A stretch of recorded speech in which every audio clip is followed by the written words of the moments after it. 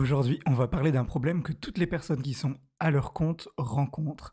C'est de savoir comment se motiver et comment prioriser les missions. Parce que c'est un truc qu'on n'a pas forcément en tête, mais quand on est à son compte, on n'a plus de patron et on n'a plus quelqu'un qui vient nous dire Paul, il faut que tu fasses ça aujourd'hui, il faut que tu fasses telle mission, tel truc. Là, c'est à nous de nous débrouiller, c'est à nous de nous faire un peu violence pendant les jours où on a la flemme. Et du coup, dans l'épisode d'aujourd'hui, on va voir ce que j'ai mis en place de mon côté pour que globalement, ça se passe bien. Si vous êtes entrepreneur et que vous cherchez à développer votre présence sur le web, sachez que j'ai créé un atelier gratuit qui dure 7 jours, je crois, par mail. Vous pouvez vous y inscrire à l'adresse qui se trouve dans la description, ou sinon c'est businessbacon.fr/web. Tant que j'y pense aussi, n'hésitez pas à me laisser une note, un avis, un commentaire, ça dépend de la plateforme sur laquelle vous me suivez. Ça m'aide beaucoup et ça m'encourage, ça fait du bien, c'est toujours cool. Ok, donc la première chose que vous devriez faire, c'est de prendre un peu de temps pour définir les missions qui ont un fort impact dans votre business. C'est un peu, ça rejoint l'idée des 20-80 ou 80-20, je ne sais jamais dans quel sens c'est. Cette histoire, c'est la loi de Pareto. C'est l'idée que 20% de quelque chose font 80% des résultats. 20% des actions font 80% des résultats. Et 80% des actions font les 20 autres pourcents des résultats. C'est globalement quelque chose qui marche pour à peu près tout. Si on le prend dans l'exemple des actions que vous faites, ça pourrait être par exemple 20% de vos missions vont rapporter 80% de votre chiffre d'affaires. 20% de vos clients vont vous prendre 80% de votre temps. Et 80% des clients vont vous prendre 20% du temps. Ça, c'est les clients cool.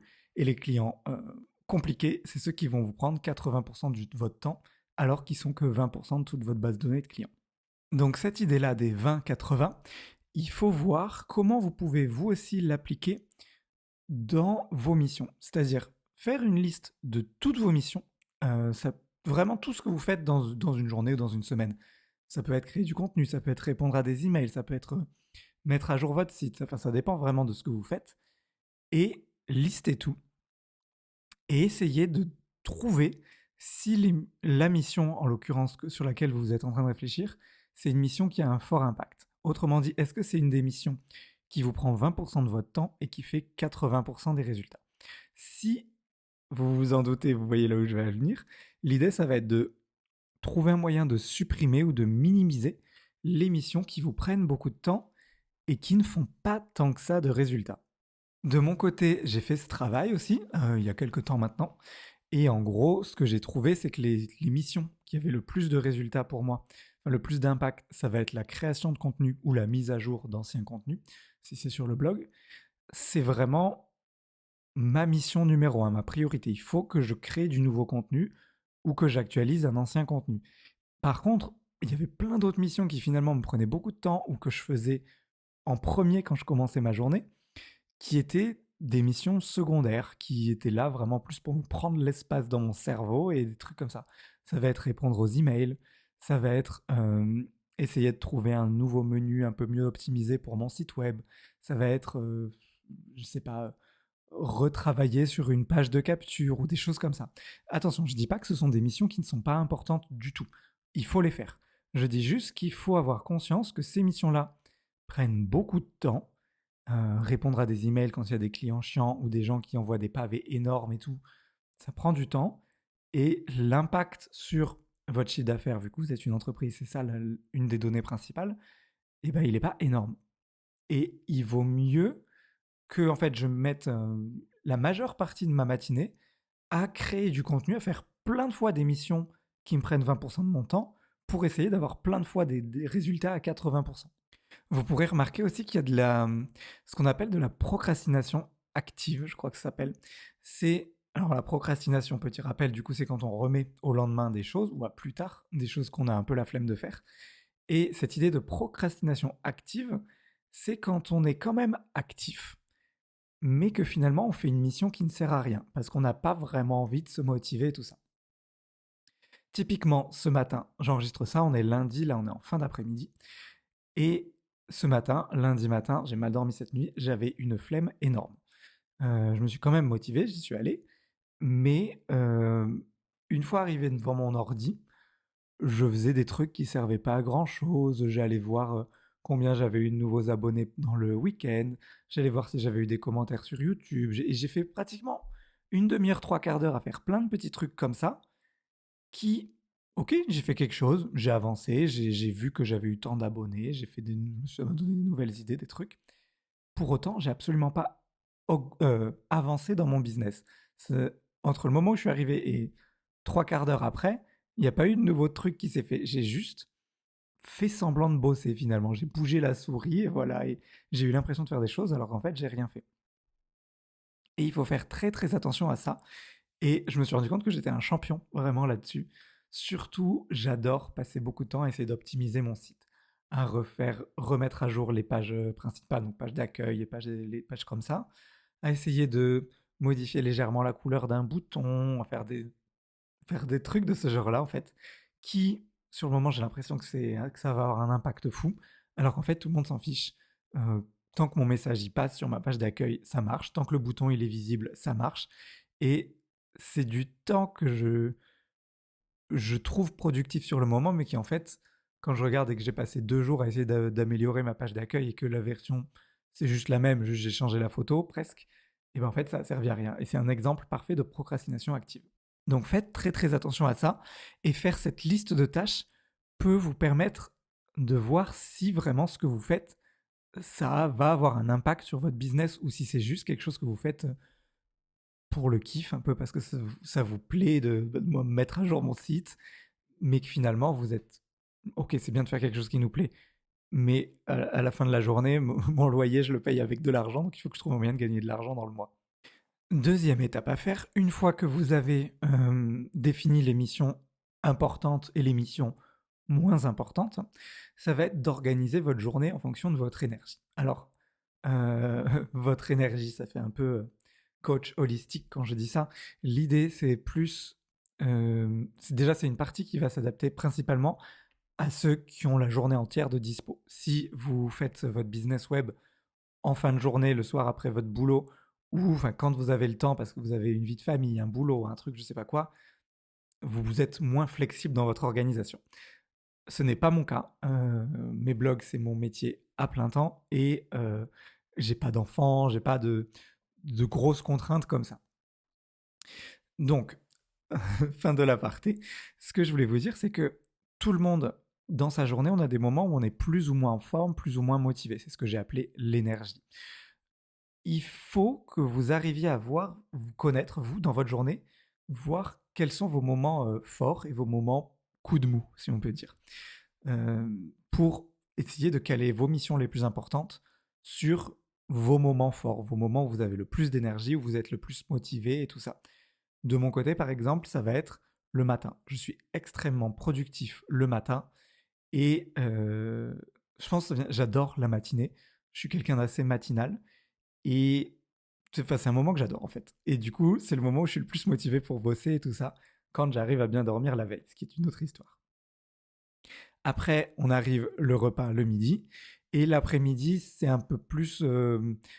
ça dépend vraiment des jours. L'après-midi, je peux avoir une grosse perte de motivation et avoir du mal à bosser. Et une fois que j'ai compris ça, que je me suis rendu compte que je fonctionnais comme ça, que j'avais mon top de l'énergie, le matin et l'après-midi, ça fluctue. Il y a des après-midi où ça va bien, des après-midi où c'est plus compliqué. Et ben, je sais qu'il faut que je me cale mes trucs les plus importants. Donc, moi, créer du contenu, c'est ce que je fais le matin. Et c'est non négociable dans le sens où je ne me prends pas d'autres rendez-vous le matin. Si j'ai des heures de coaching avec vous, par exemple, ça ne se passera pas le matin ou alors dans des occasions, mais très très rares. Sinon, tout est décalé à l'après-midi et en fin d'après-midi parce que c'est les moments où c'est pas que j'ai moins besoin d'être concentré, mais écrire un article ou créer des vidéos, faire des choses comme ça demande vraiment d'être très très concentré et d'être vraiment à fond. Ce podcast aussi d'habitude, je le fais le matin. Là, je vous le disais un peu plus haut, on est en fin d'après-midi parce qu'on est une après-midi où j'avais plein d'énergie. Vu que je pense ce matin, je me la suis coulée douce, cet après-midi, ça allait mieux. Bon, on adapte et du coup, je suis rentré chez moi vite fait du coworking pour aller enregistrer ça. Mais sinon, faut vraiment, dans l'organisation de votre journée, en fait, il faut faire en fonction de vous, de comment vous êtes, de vos moments forts. Et ça dépend de de chaque personne. Il y en a qui vont travailler beaucoup mieux le soir après le dîner. Il y en a, ça va être la nuit. Il y en a, c'est l'après-midi. Moi, c'est le matin. Faites, vous vous connaissez mieux que je ne vous connais. Étudiez vraiment vos moments forts et dans la mesure du possible, calez vos grosses missions, vos missions à fort impact sur ces moments-là. Et tous les moments où c'est plus flexible, où moi mes après-midi où je m'endors pas, mais je suis moins motivé, c'est là que je vais répondre à mes emails, c'est là que je vais faire de temps en temps des mises à jour de mon site web, enfin ces missions-là que j'ai mis en second plan. Je les fais les après-midi. Le troisième point concerne la planification. Est-ce qu'il vaut mieux planifier des missions sur du long terme, sur du court terme, un mélange des deux, aucun des deux? C'est ce qu'on va voir tout de suite. Globalement, ce que j'ai remarqué après 4 ans d'expérience à mon compte dans le blogging, c'est que si je fais des plannings sur des plannings trop longs, c'est-à-dire dans un temps trop long, euh, ma vie a le temps de changer entre temps. Ce que j'ai remarqué, c'est que on a beau prévoir le plus minutieusement possible, rien ne se passe jamais comme prévu. Il y aura toujours une nouveauté, toujours une modification dans ma vie perso, un truc qui va se passer qui fait que si je prévois à trop long terme, ça sert à rien en fait. Je me fatigue pour rien parce que dans un an, j'ai aucune idée de comment ma vie sera, de où mon business en sera. Il pourra prendre une direction complètement tangente. Ça sert à rien de prévoir si long. Donc les plans à un an, j'ai complètement lâché. Ce que je faisais de temps en temps, en fait, c'était que je me disais souvent au 1er janvier, plein de bonnes idées, de bonnes motivations. Je me disais, tiens, cette année, il faut que j'arrive à faire ça. Donc janvier, je fais ça, février, je fais ça, mars, je fais ça, et ainsi de suite. Et j'avais finalement des missions, plus ou moins découpées tous les mois, enfin ça dépendait de la taille de la mission, sur l'année complète. Sauf qu'en fait, ça n'a jamais fonctionné. Je l'ai fait quand même plusieurs fois, au cas où, enfin, en me disant cette année c'est la bonne, sauf qu'en fait ça n'a jamais marché, donc maintenant j'essaye même plus. Si c'est trop long, en tout cas pour moi, bah, ouais, voilà, ça se passe pas comme. La vie évolue trop vite, de mon côté en tout cas, pour que je puisse faire des plans si longs. Quand c'est des plans qui sont trop courts, à l'inverse, ça ne me permet pas de faire certaines missions qui sont longues, qui fonctionnent sur des missions qui demandent plusieurs mois pour être faites. Par exemple, créer une formation en ligne, ou en ce moment, je suis en train de faire des grosses campagnes de recherche d'articles invités pour acquérir des backlinks sur mes 2 blogs. Typiquement, c'est pas des choses, des missions qui durent une journée, qui durent une semaine, c'est des missions sur plusieurs mois. Donc, il faut que j'ai quand même cette flexibilité de faire des trucs courts, mais en même temps des trucs longs. Enfin, fallait que je trouve un juste milieu. J'ai essayé pendant quelques temps de faire des plans sur 3 mois. C'est un chiffre qui est pas mal, mais qui est pas non plus trop. Enfin, ça dépend. 3 mois, on arrive quand même dans du truc trop long. C'est-à-dire que si je fais un plan maintenant, là on est début février, 3 mois c'est jusqu'à fin avril. J'ai compris que ça servait à rien que je planifie maintenant des choses que je vais faire jusqu'à fin avril parce que d'ici là, j'aurai eu une nouvelle idée lumineuse, un nouveau truc que j'ai envie de faire et que ça va pas marcher.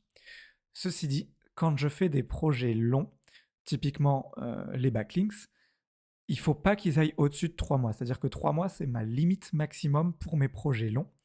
Mais j'ai des projets plus courts que j'essaye pas d'avoir au-delà les 3 mois, si vous voulez. Ce que je fais maintenant, c'est que je fais en début de mois ma liste des missions du mois, en gros, que je laisse assez flexible. Et d'un mois sur l'autre, je me dis, ok, le mois dernier, j'avais cette grosse mission-là qui est une mission longue. Est-ce que je la prolonge ce mois-ci, oui ou non? Et comme ça me permet. Enfin, c'est mon juste milieu, en fait, des missions de un mois, des plans de un mois. Par exemple, donc dans ce mois-ci, j'ai toujours une de mes missions principales, c'est ce podcast, c'est de faire les backlinks dont je parle. Et sur Connect the Dots, c'est de refaire des vidéos. Je mets aussi à jour quelques articles de temps en temps, mais c'est mes missions principales. Sinon, la création d'autres contenus écrits, il y en a zéro en ce moment parce que c'est pas ma mission du mois. Peut-être que au mois de mars, ça changera, ça évoluera, je ne sais pas encore, on verra en mars. A priori, les backlinks ne vont pas évoluer parce que c'est quelque chose qui est censé être plus long pour que ce soit bien fait, pour avoir assez de notoriété de Google.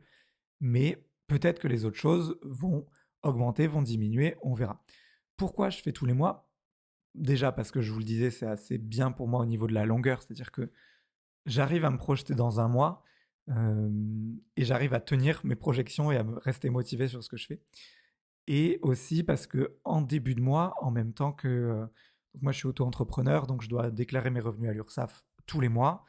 Et donc tous les mois, je fais ma compta, ma déclaration URSSAF, et j'ai un document de suivi qui me permet où je note tous les chiffres clés et importants de mon business.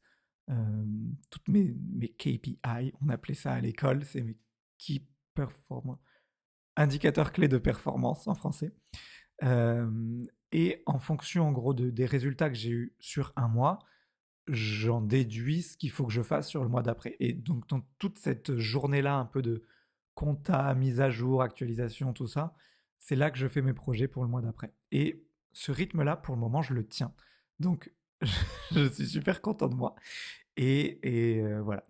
Ça ne veut pas dire que vous, les rythmes de un mois, ils vont fonctionner pour vous, mais ça veut dire que si vous voyez partout les 3 mois, je trouve que c'est quelque chose qu'on voit beaucoup sur YouTube, sur des vidéos de productivité, des choses comme ça.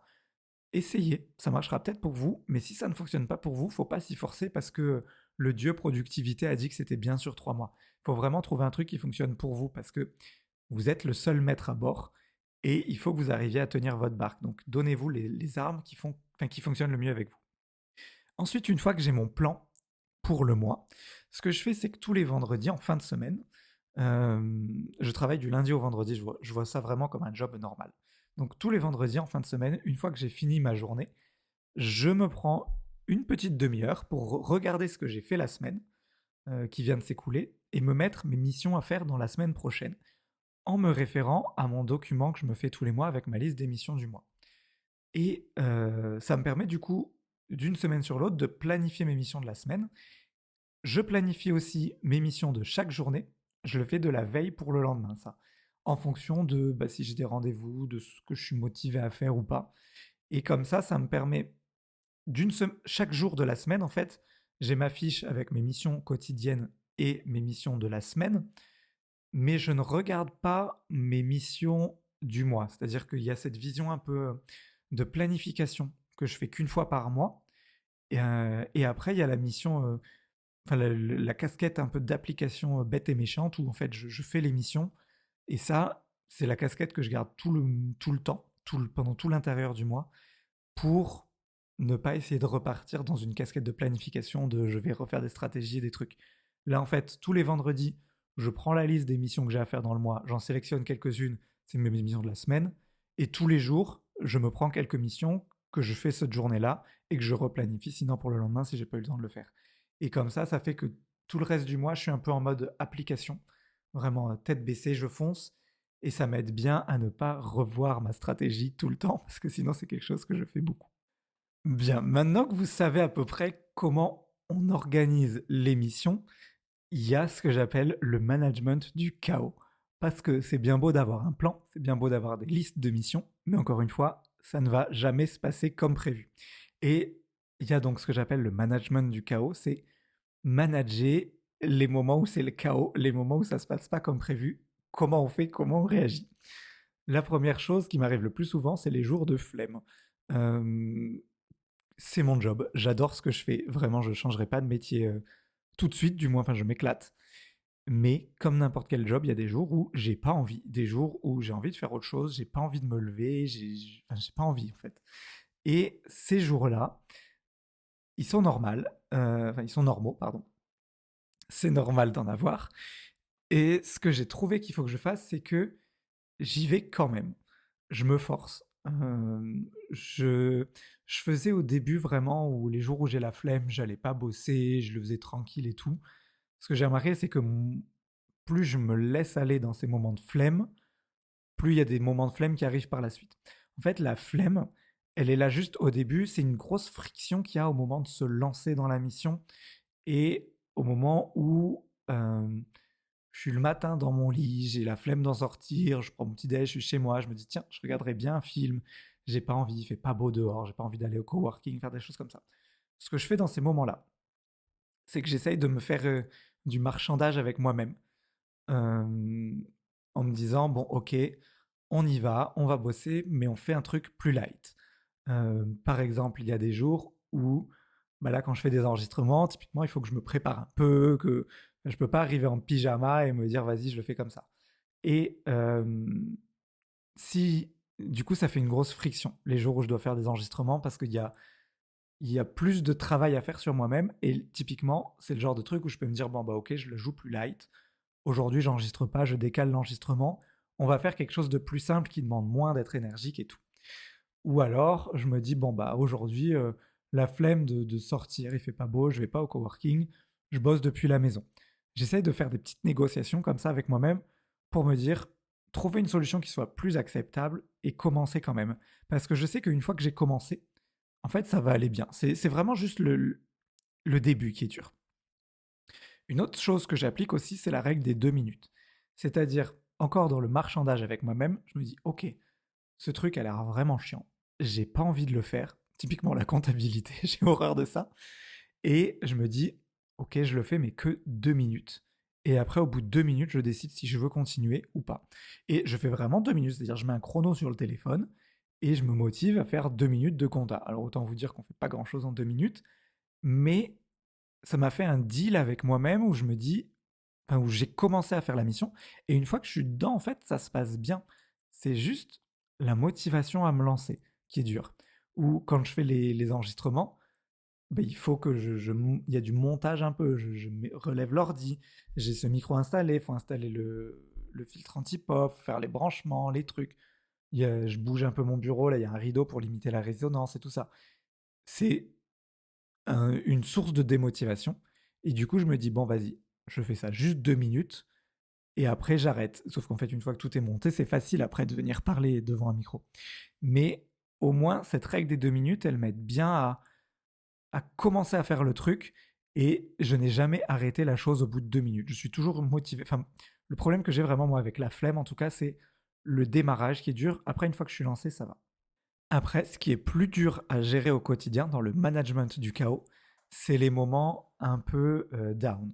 Il y a des jours où on a la flemme, mais il y a des jours, parce qu'on a juste envie de faire autre chose, mais il y a des jours où c'est pas de la flemme, c'est vraiment on n'est pas bien, on se dit qu'on fait que de la merde, enfin que on remet tout en question en fait. Et si j'aurais pas été mieux à me trouver un vrai job, et si en fait il y a ça, ça va pas, lui il est pas content, enfin des jours où il y a rien qui va en fait. Et on n'a pas envie de bosser, pas par de la flemme, mais parce qu'on est persuadé qu'on fait que des trucs pourris et que, enfin, des jours durs comme ça qui arrivent.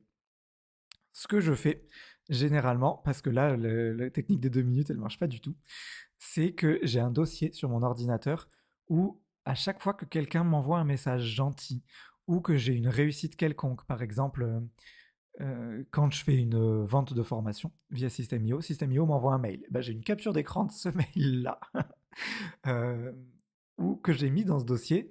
Et comme ça, dès que il y a des trucs, des moments où ça va pas, je regarde et puis je lis des mails de gens qui m'ont dit ah merci, continue, c'est sympa ce que tu fais, des choses comme ça, des jalons, des réussites importantes pour moi ou des messages gentils qui font beaucoup de bien. Et c'est typiquement le genre de moment où je sais qu'il faut que je me prenne une demi-heure tranquille pour essayer de me remonter le moral un peu à moi tout seul. Euh, c'est c'est dur des fois en vrai. Enfin, faut l'avoir en tête. L'entrepreneuriat, j'adore, mais il y a des hauts, il y a des bas. Et les hauts, c'est trop cool. Les bas, ils sont parfois durs à gérer. Et il faut se trouver ces petits trucs. Et moi, cette technique vraiment de ma boîte à gentillesse, je sais pas comment l'appeler ça. Comment j'ai appelé mon dossier? Attendez. Ok, voilà. Il s'appelle Message gentil, le dossier sur mon ordinateur, où j'ai vraiment des screenshots de commentaires YouTube qu'on m'a mis qui sont gentils, voilà, de mails sympas, de trucs d'encouragement. Ou, quand je suis passé à la radio, c'est capture d'écran de la, comment on dit, de la page de l'article où ils avaient relayé l'émission de radio. Enfin, des trucs comme ça qui vous font du bien et qu'il ne faut pas hésiter à aller regarder de temps en temps dans ces moments-là. En tout cas, si ça vous arrive, ces moments difficiles, il faut déjà savoir que, encore une fois, c'est normal, mais comprendre aussi, avoir le recul de se dire, ok, là j'ai un moment dur, aujourd'hui ça va pas, pour n'importe quelle raison. Il faut avoir le recul de savoir que c'est pas le premier moment dur, c'est pas le dernier, mais il va partir. Ça va aller mieux à un moment. Il y aura des moments de haut et des moments où ça va pas. Et quand vous êtes dans un moment où ça va pas, savoir se dire: «OK, là, ça va pas. Je prends un peu soin de moi pendant une demi-heure, pendant une heure, pendant une demi-journée». Faites ce que vous enfin, trouvez un moyen de vous remonter le moral et de prendre soin de vous. Mais ayez conscience aussi que c'est pas la fin en soi. C'est normal d'avoir ces phases-là. Et quand ça va bien, profitez à fond parce que il y a un moment où ça ira mal après aussi, où vous vous sentirez pas bien. Mais profitez à fond, prenez vraiment pour vous et voilà. C'est le management du chaos. Et enfin, je voulais vous parler de quelques conseils pour améliorer sa productivité qui n'ont pas réellement de rapport avec le boulot en lui-même. C'est-à-dire que c'est pas j'organise mes missions de telle sorte et tout, c'est comment on gère sa vie un peu perso pour améliorer sa productivité. En tout cas, des choses qui, moi, m'ont fait un bien fou. Alors, il faut savoir qu'il y a certains de ces trucs qui sont basés sur le podcast de Huberman, Andrew Huberman, de Huberman Lab. Pour ceux qui ne le connaissent pas, c'est un neuroscientifique, je crois, qui fait des cours un peu, on pourrait dire, développement personnel, mais d'un point de vue scientifique, avec plein de recherches scientifiques. Il interviewe des scientifiques et des trucs. Et moi, la science, j'adore ça. C'est comme ça que j'ai commencé sur Connect the Dots et tout. Et du coup, ça me parle beaucoup. Mais donc, certains de ces trucs-là, de conseils dont je vais vous parler, c'est des conseils qui viennent de lui ou d'autres scientifiques qu'il a interviewés, mais qui sont soutenus par la science. En fait, c'est pas Polo, il a fait ça et ça a bien marché pour lui. Il y a une vraie raison derrière tout ça. Le premier point, c'est le sommeil. La qualité de mes nuits joue énormément sur ma flemme et mes états émotionnels et mon énergie. Je pense que c'est l'élément le plus important, enfin la chose dont je dois prendre le plus soin pour bien bosser le lendemain. Et j'avais un moment une technique, j'étais un gros clubbeur, je faisais beaucoup la fête et tout ça, et j'avais une politique, c'était on dormira quand on sera mort. Tellement ridicule maintenant, mais c'est pas du tout ça qu'il faut avoir en tête si vous voulez vraiment être actif et productif dans votre boulot. Prenez soin de votre sommeil. Moi, j'ai besoin de minimum 8 heures de sommeil, 8 à 9, des fois 7, mais en gros 7 à 9 si on veut viser bien. Il faut que je les fasse, mes heures de sommeil. Et ça veut dire, des fois, il faut que je dise non à des trucs le soir. Il faut que j'ai ma routine du soir pour m'endormir. Il faut que je prenne soin de mon sommeil. Parce que on peut faire un truc cool un soir, mais je sais que ça va mettre en l'air ma journée du lendemain du boulot. Donc, à vous de voir ce qui est le plus important. Mais là, je suis dans une productivité de travail, donc je mets l'accent sur le travail. Mais en tout cas, le sommeil, si vous deviez travailler sur un seul truc, ce serait ça. Ensuite, deuxième conseil qui marche très bien pour moi, c'est la marche le matin. Le premier truc que je fais en me levant, c'est... bon, après, de passer aux toilettes, tout ça, mais je me lève, 10 minutes après, j'ai mes chaussures, ma veste, et je fais un tour de mon quartier. Pourquoi? Parce que ça réveille mon corps, en fait. Faire cette petite marche, ça dure... C'est pas long, hein, c'est 10-15 minutes. Ça m'aide vraiment à me réveiller mon corps, à sortir de cette phase de sommeil, parce que on l'active un peu, on marche. Et ça marche très très bien pour lutter contre ma flemme.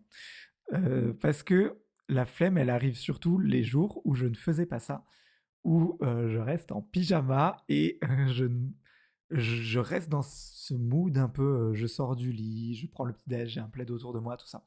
Là, finalement, je me suis forcé, je me suis fait violence pour aller faire la balade, et je reviens de la balade, ça y est, mon corps il est réveillé, je suis réveillé, ça va mieux, j'ai beaucoup moins cette flemme. Après, du coup, il y a plein d'histoires dans le cerveau. Ce qu'il disait Andrew Huberman, c'est que le, quand on rêve la nuit, on a je sais plus quelle partie du cerveau qui est très très excitée et c'est une partie qui est liée au stress. Et moi, je suis quelqu'un de très anxieux, j'ai du mal à gérer mon stress et tout ça. Et faire la marche le matin, en fait, quand on marche, de voir le décor qui défile sur les côtés là, dans la vision périphérique, ça apaise cette partie-là du cerveau et ça permet de réduire le stress. En tout cas, moi, ça me fait du bien. Après, de dire que je sais pas quelle partie du cerveau qui est détendue, ça, c'est un peu trop pour moi, mais ça me fait beaucoup de bien. Et si possible, si vous faites votre marche et qu'il fait déjà jour, alors c'est compliqué quand c'est en plein hiver, à moins de se lever tard, mais sinon, quand il fait nuit, enfin, qu'il commence à faire jour qu'à 8 heures, c'est plus complexe. Mais ça permet de vraiment bien se réveiller et là encore une fois, c'est Andrew qui le dit, ça permet de gérer, je crois, un premier pic de cortisol qui va après faire une succession en chaîne d'hormones et de trucs dans notre corps qui va permettre euh, démarrer une horloge biologique pour mieux s'endormir le soir. On règle son rythme circadien en fait. Quand on se réveille et qu'il y a plein de lumière dans nos yeux d'un coup, on dit au corps, ok Paul, c'est le moment de se lever, et il déclenche un chrono pour que plus ou moins 16 heures plus tard, on ait le pic de... j'ai un trou de mémoire, celle qui fait s'endormir en gros, qui va nous aider à nous endormir plus ou moins 16 heures après. Donc ça permet de bien se régler, de faire cette marche, si possible avec de la lumière. Et encore une fois, moi d'un point de vue productivité, ça me fait un bien fou au moral, ça m'aide à dormir, et surtout, ça limite vraiment cette flemme. Parce que je reviens de cette balade, je suis motivé, j'ai de l'énergie et tout, c'est trop cool. Ensuite, le sport, et de manière générale l'hygiène de vie, donc je vais mettre aussi ce qu'on mange, c'est hyper important pour rester motivé là-dedans. Alors, je dis pas qu'il faut que vous veniez The Rock du jour au lendemain.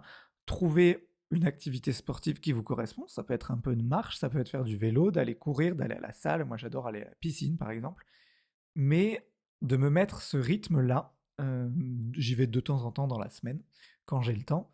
Ça me fait beaucoup de bien. Déjà, ça règle bien mon sommeil. Encore une fois, le sommeil central dans ma productivité. Et surtout, quand j'ai des petits moments où j'ai du doute, ou que je suis en train de travailler et que j'ai le cerveau un peu embrumé, tout ça, aller prendre une demi-heure de pause et aller marcher, ça me fait beaucoup de bien. Donc, encore une fois, c'est cette notion d'activer le corps, moi, qui me fait beaucoup de bien. Et d'un point de vue productivité, encore une fois, le sport, c'est royal aussi. Alors, il ne faut pas se tuer au sport au point d'avoir envie de dormir et de faire des siestes toute la journée, mais un peu de sport pour réactiver le corps, c'est cool. Ensuite, un autre point qui m'a fait beaucoup de bien cette année, enfin l'année dernière, 2023, c'est d'avoir un cadre de travail. Euh, au début, je faisais un peu la Dolce Vita où je bossais quand j'avais envie de bosser. Je me disais, c'est bon, je suis un digital nomade, je fais ce que je veux. En réalité, avoir un cadre de travail, des horaires de boulot, moi, ça m'aide beaucoup. Et ça a été renforcé en plus là maintenant. Donc, je vais dans un espace de coworking qui m'aide vraiment à séparer le côté pro et le côté perso et à me dire quand je suis là-bas, je suis en mode travail, du coup je travaille. Il n'y a pas vraiment d'autres choses à faire. Du coup, je fais que bosser là-bas. Et quand vous êtes en mode boulot, éloignez votre téléphone. Idéalement, il faudrait même pas le voir. C'est-à-dire qu'il n'est pas en mode silencieux sur un coin de la table. Vous le rangez dans un sac, dans votre veste, ce que vous voulez. Il faut même pas le voir pour pas y penser. Parce que sinon, on le voit, on y pense, on va, hop, on le prend, on a le doigt, ben voilà. Je dis qu'il faut pas l'avoir à côté, je l'ai à côté. Et on va regarder vite fait Instagram, un truc et tout, et c'est parti, après on se déconcentre. Et enfin, moi, ce qui marche bien aussi, c'est de bosser par créneau de 1 à 2 heures environ. C'est-à-dire que ma journée est divisée en blocs de 1 à 2 heures. Alors, c'est généralement des blocs de 2 heures, mais des fois, c'est 1 heure, ça dépend. Dans lesquels je me concentre sur une mission et dans lesquels je suis hyper concentré sur ce truc. C'est-à-dire que je suis en mode ne pas déranger partout, on peut pas m'appeler, enfin, vraiment, je suis coupé du monde, je fais mon truc, et après, je me prends 10-15 minutes, des fois un peu plus, où je vais marcher, je fais un petit tour, je vais me balader dans le coworking, ça dépend de où je suis, mais où je m'aère. Et c'est lié à mes cycles de concentration. J'ai du mal à être concentré plus de 2 heures d'affilée, déjà 2 heures c'est long, mais je sais qu'au moins j'ai ces 2 heures où je suis à fond. Et quand j'écris un article par exemple, ben, je sais que je fais un premier bloc de 1 à 2 heures où en gros c'est beaucoup de rédaction et de préparation, et j'ai le deuxième bloc de 1 à 2 heures où je finis éventuellement la rédaction selon où j'en suis, et après je le mets en ligne et tout ça, et hop, dans la matinée, ça y est, c'est fait. Et après j'ai un autre bloc l'après-midi où je vais faire toutes mes missions moins importantes. Et des fois, je rajoute un autre bloc en fin de journée où je fais autre chose. Enfin, ça dépend de mes missions du jour, en fait. Mais travailler en bloc comme ça et les séparer par des temps de pause où je fais de la marche ou des trucs comme ça me fait beaucoup de bien. Et ce qui marche aussi, c'est que ces temps de pause, je les utilise pour reposer mon cerveau. C'est-à-dire, c'est pas des temps de pause où je vais être sur YouTube ou des autres trucs comme ça qui vont vraiment stimuler mon attention et mon cerveau. Là, idéalement, il faut que le cerveau j'écoute pas de musique, j'essaye de pas parler à des gens, je suis vraiment mon cerveau il se repose quoi.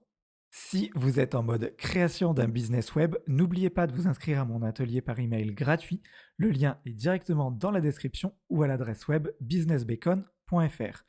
Encore une fois, si cet épisode vous a plu, n'hésitez pas à me laisser une bonne note, 5 étoiles, un j'aime, à vous abonner. Ça dépend de la plateforme sur laquelle vous me suivez. J'espère sincèrement qu'il vous a plu. Si vous a pas plu, normalement, vous n'êtes plus là. En tout cas, moi, j'ai encore pris beaucoup de plaisir à vous parler. Et si vous avez la moindre question, n'hésitez pas, envoyez-moi un mail, mettez-moi un commentaire, faites ce que vous voulez. Je réponds à tout le monde avec grand plaisir. À la semaine prochaine.